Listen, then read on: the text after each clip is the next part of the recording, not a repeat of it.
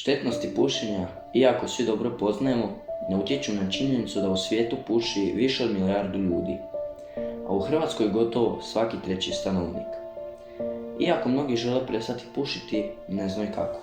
Odluka o prestanku pušenja ključna je stepenica.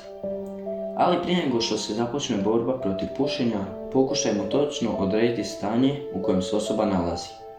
Pokušajmo upoznati protivnika i procijeniti kakvi su izgledi za pobjedu nad njima. Štetnost duhana posljedica je djelovanja 4 osnovnih sastojaka koji tvore pravi smrtonosni koktel. Ugljikov monoksid, određena sredstva, katranski spojevi i nikotin.